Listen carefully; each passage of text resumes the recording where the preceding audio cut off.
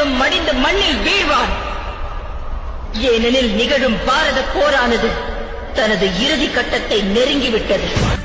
கோபம் கொண்டு கொப்பரிக்கும் ஆளியம்மா, உன் கண் சிவந்து பார்த்தால் போதும் துரோகியும் கத்தி உழுந்து போகும். ஓவியத்தில் உன்னை பார்த்தால் அதே உன் உள்ளத்தை காட்டும் அம்மா.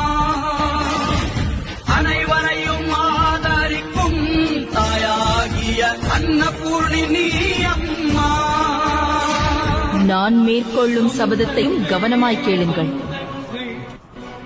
துச்சாதனனின் உடலிலிருந்து பெருகி வரும் செங்குருதியை அள்ளி அவிழ்ந்த என் கூந்தலில் தடவாத வரை பிரித்த என் கூந்தலை என்றும் நான் அள்ளி முடியேன்.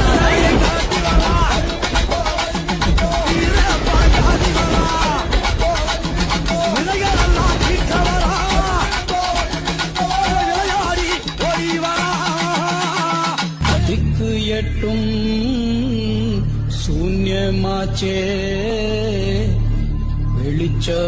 வெளிச்சமெல்லாம் இருட்டென்றாச்சே.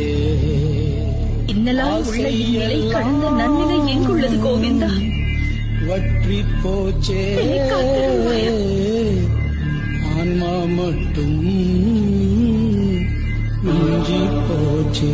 என்ன விரதம் ஏற்றாய் நீ அம்மா, நெஞ்செல்லாம் இறைவியாய் நின்றாய் அம்மா.